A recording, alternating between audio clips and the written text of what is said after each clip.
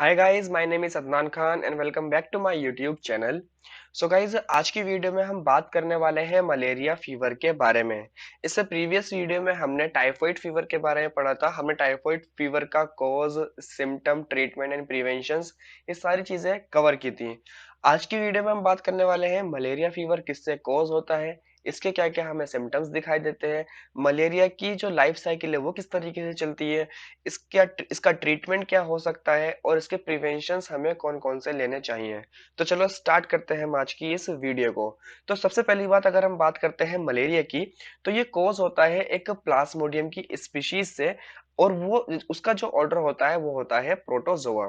तो यहाँ पर मैंने लिखा है it is caused by malaria parasite Plasmodium species. अगर हम बात करते हैं अकेली प्लाज्मोडियम स्पीशीज की, तो नेचर में इसकी मोर देन 100 स्पीशीज पाई जाती हैं।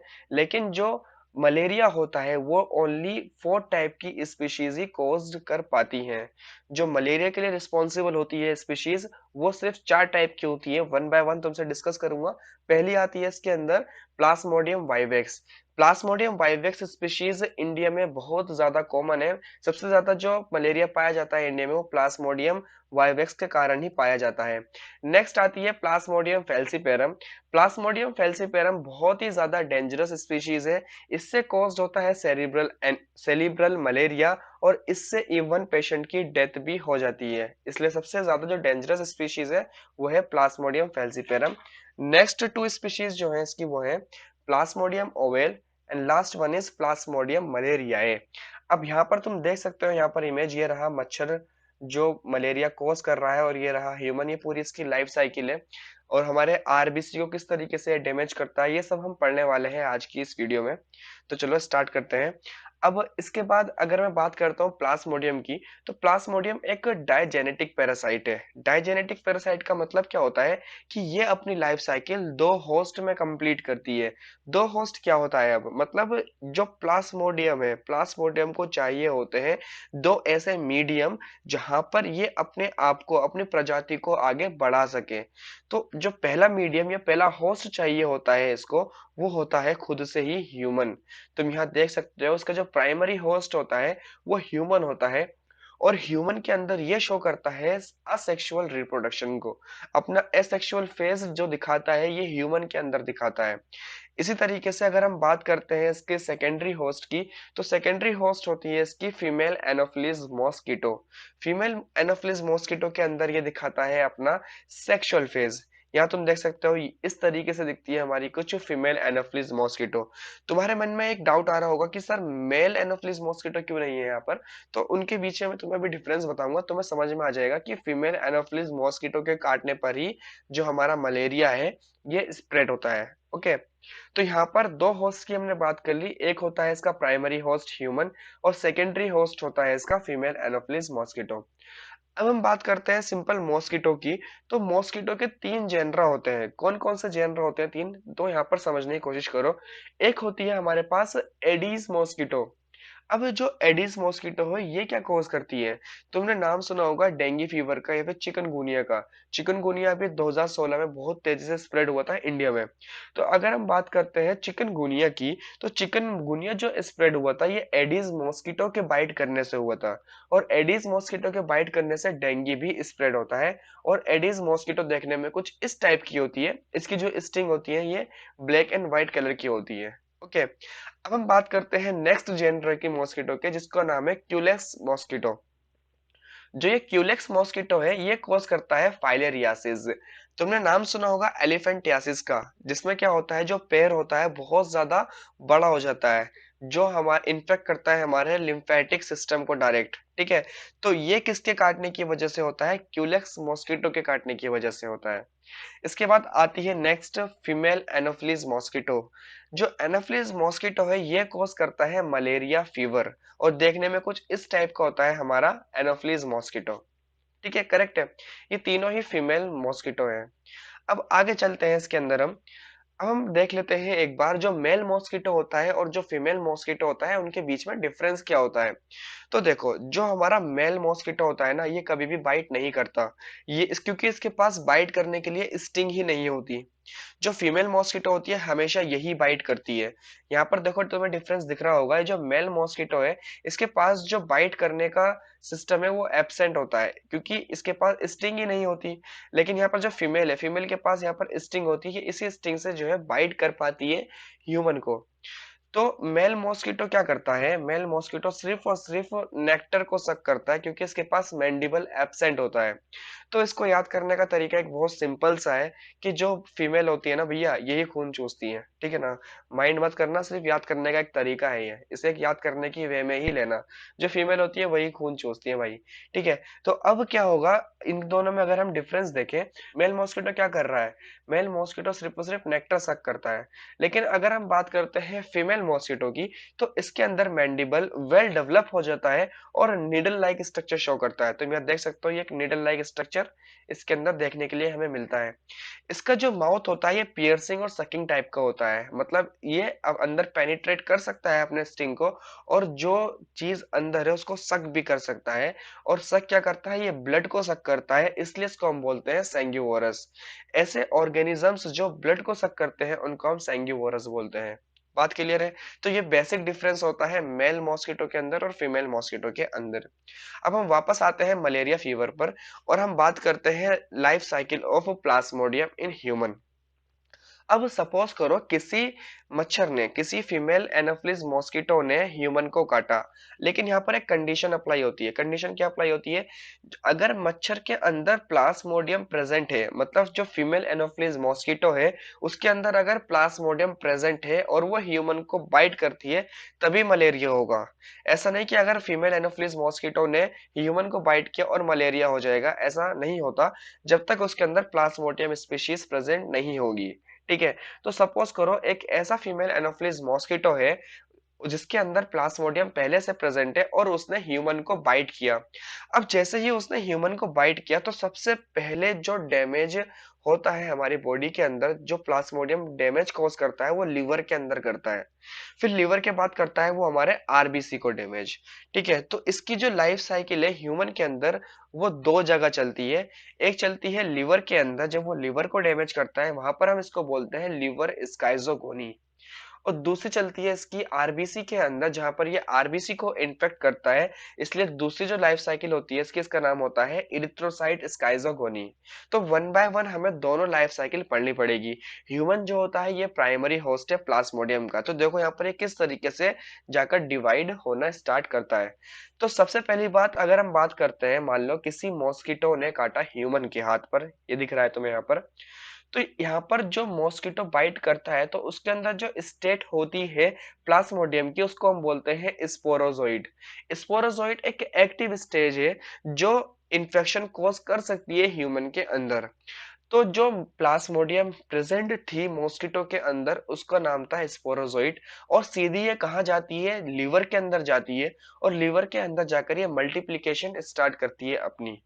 अगर एक स्पोरोजोइट लिवर के अंदर पहुंची तो फिर वो डिवाइड होना स्टार्ट करेगी, एक से दो, दो से चार, चार से आठ, इस तरीके से डिवाइड करना स्टार्ट करेगी वेरियस स्टेप में।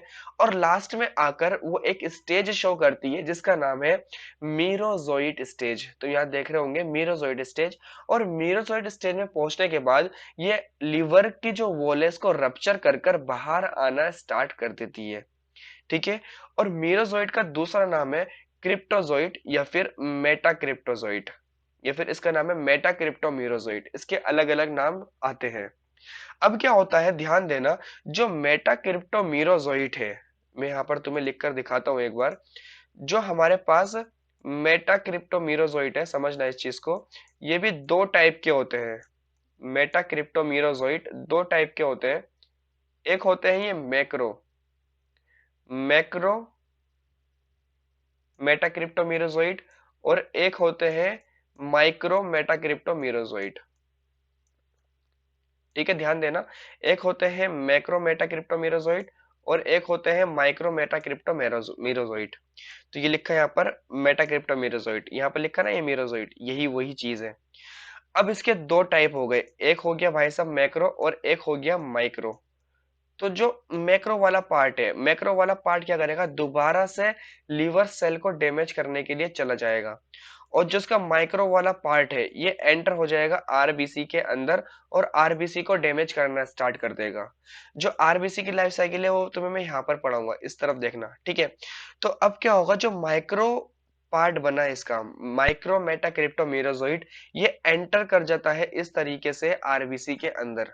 और आरबीसी के अंदर जाने के बाद ये आरबीसी को खाना स्टार्ट कर देता है, फीड करना स्टार्ट कर देता है।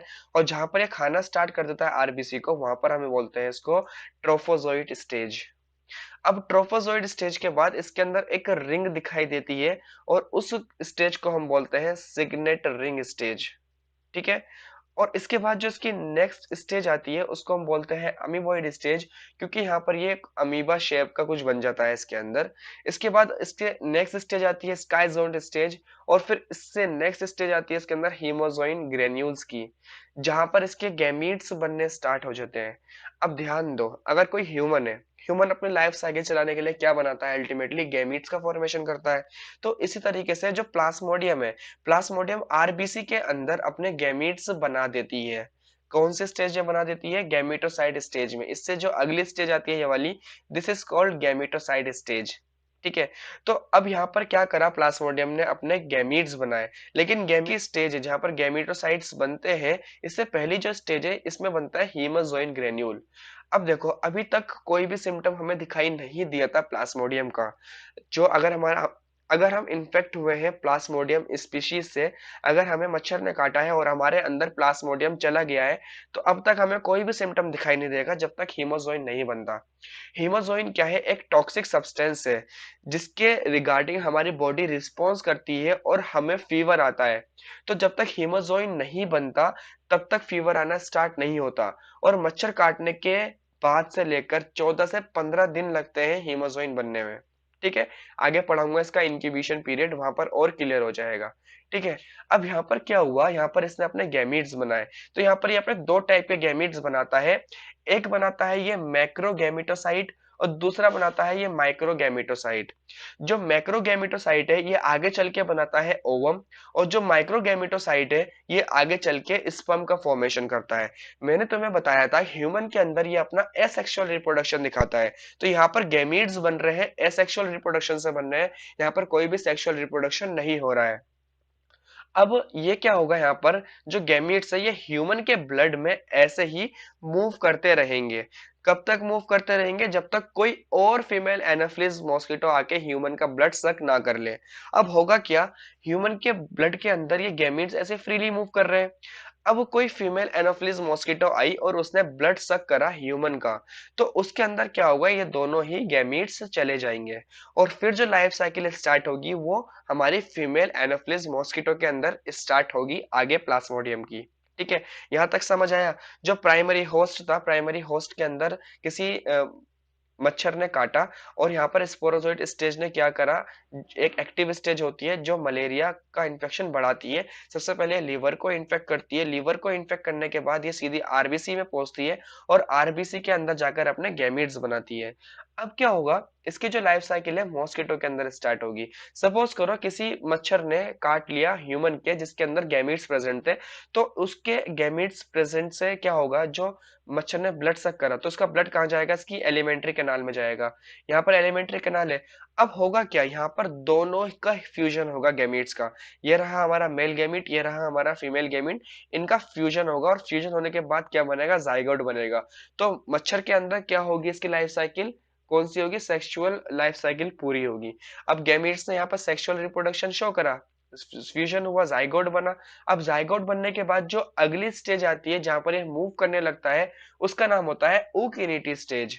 अब ऊकिनिटी स्टेज के बाद अगली स्टेज आती है oocyst स्टेज, और oocyst स्टेज के बाद जो अगली स्टेज आती है वो आती है स्पोरोजोइड। और स्पोरोजोइड प्रेजेंट होती है, जो थ्रोट होता है मॉस्किटो का, लार्वा के अंदर ये चली जाती है।